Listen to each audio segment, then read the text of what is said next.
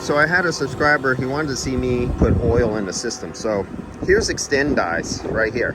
Well, actually I have this pre-mixed. This is the oil for this compressor plus Extend dyes pre-mixed. I do this in a tube in a vacuum chamber at home. I actually made a video of me mixing oils and dyes in a vacuum chamber and then purging them under vacuum to get any air and moisture out of the system prior to me capping. There's a whole video on dedicated to that. So that's a different story. It's very windy out here. Sorry about that, guys. We're down by the airport. So let me show you. I hope there's not a leak in this fitting. This has been on the vacuum pump since this morning. And I went off and did other jobs all day. It's 4 o'clock right now, so this has been on the vacuum pump for 7 hours. So I'm going to inject a little oil in here. He didn't follow the instructions and book on how to properly do this.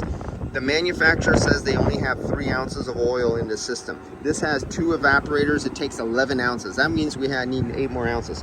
So I have 8 ounces of the oil for this compressor plus Extends dye already pre-mixed in here. And I'm really hoping this ain't gonna leak. Good, no leak.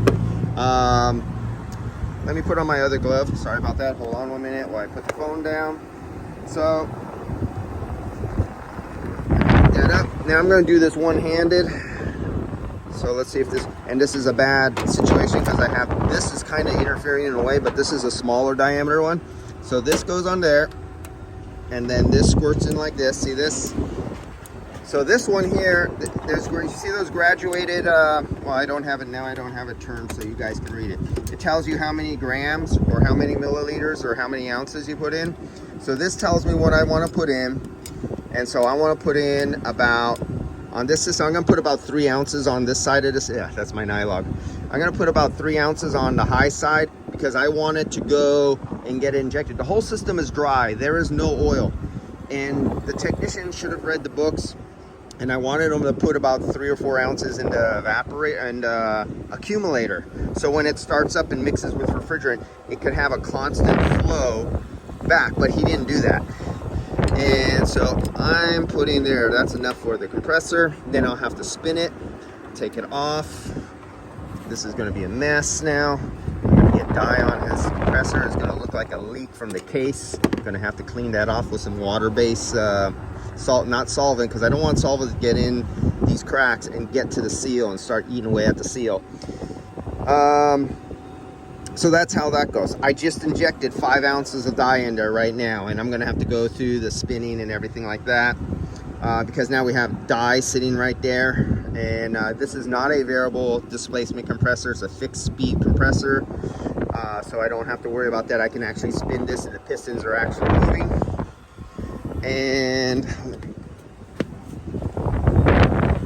But normally, if it was only dye that I was injecting, 2 to 5 milliliters. So on my other squirt gun thing, it's calibrated really small increments, and you read it, and you're only putting like a small Honda, like a little Kia or any small car that's like a pound and a half. You only need 2 milliliters of concentrated dye. But on a big system like this, you would put 5 milliliters. 5 milliliters is almost nothing, and that's all you need of dye. This is an oil and dye mixture just for this whole entire system. This whole entire system on this vehicle with the rear evaporator holds 11 ounces. So I need to put 8 in here because the manufacturer already said they had 3 ounces inside the compressor itself. So 8 plus 3 is 11, and that gives me what the manufacturers require. But since the technician did not read the manual, he lost it. He even told me, he goes, oh, I seen the manual, and for the installation instructions and service and how to do anything, it was 4 pages. And I'm like, oh my God, I didn't want to read it. 4 pages, come on guys. You know how incredibly serious it is to get the oil quantity wrong, the charge quantity wrong, not to follow some instruction, and you do all this work and you burn out another compressor. So he has new condenser, new compressor, new accumulator, new evaporator, new expansion valve, new orifice tube. He flushed all the lines with flush chemical. He did everything perfectly except for read the manual.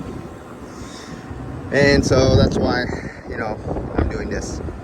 All right, so that was for the subscriber who said he wanted to see me inject some oil. but this is under a brand new system circumstance, and that's why I'm putting in 5 ounces here. I'm going to put in the other 3 ounces here. That's going to get pushed through. It's going to go all the way through the condenser. It's going to come out the liquid line. It's going to hit the Y, and that refrigerant oil mixed with refrigerant, some of it's going to hit the orifice tube and immediately hit the evaporator. And then the other one's going to go down this other tube that goes to the rear evaporator and hit the expansion valve in the rear for the rear evaporator. And then that will go through the system, and from here it'll go from the evaporator, it'll go into the accumulator, and then it'll fall to the bottom of the accumulator, and the oil will separate from the refrigerant, and the oil will build up on the bottom of the accumulator where there's a little J, and they have a hole in the bottom, and as the refrigerant is sucked through that J tube, the hole creates a venturi, and it sucks the oil off the bottom of the accumulator, and only vapor refrigerant is going through the top of the line inside the accumulator, and it sucks and it atomizes the oil with the velocity of refrigerant and brings it back and feeds the compressor cold, lubricated refrigerant to keep the compressor cold and lubricated. And that's the whole idea.